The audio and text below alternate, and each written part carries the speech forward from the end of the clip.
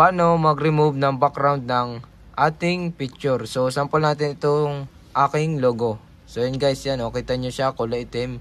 So gagawin natin siyang puti. Punta lang kayo sa may Google Chrome.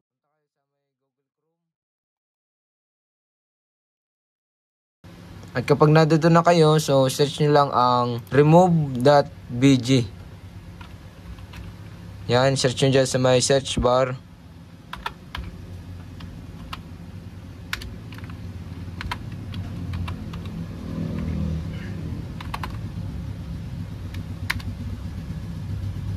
At once na nandito na kayo, so click nyo lang itong upload image.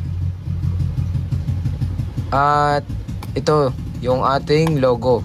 Yan yung ating i-remove background. So yan ang ating sample.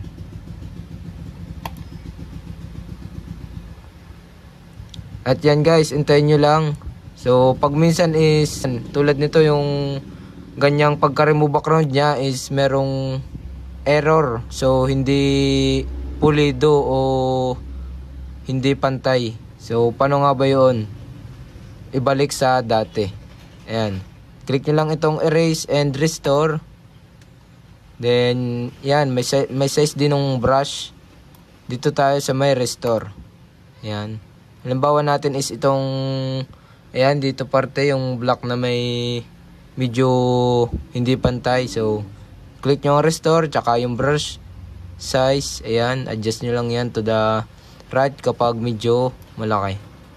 Ayan. Press nyo lang yung inyong mouse. Then,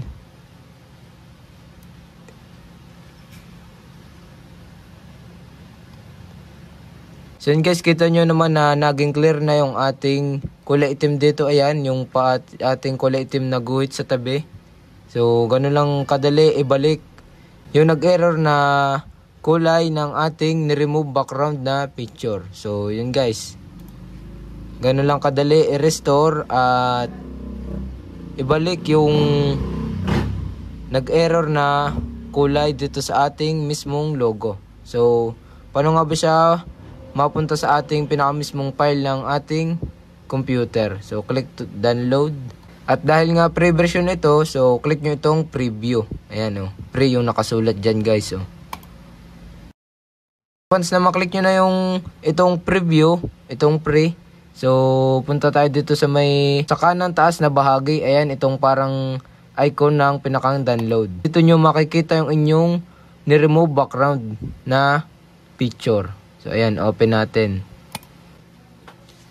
So yun guys, medyo hindi pulido yung ating ni-remove background na ating logo. So tinuro ko naman sa inyo kanina kung paano mag-restore at ibalik yung pinakang nasirang kulay na nandyan sa inyong ni-remove background na inyong picture. So yun guys, ganun lang kadali mag-remove background ng picture gamit ang remove.bg sa ating computer. At kapag may katanungan kayo, comment down below. At kapag hindi ko pa kayo subscriber, mag-subscribe lang kayo sa aking YouTube channel at hit ang notification bell para sa mga susunod na video like this.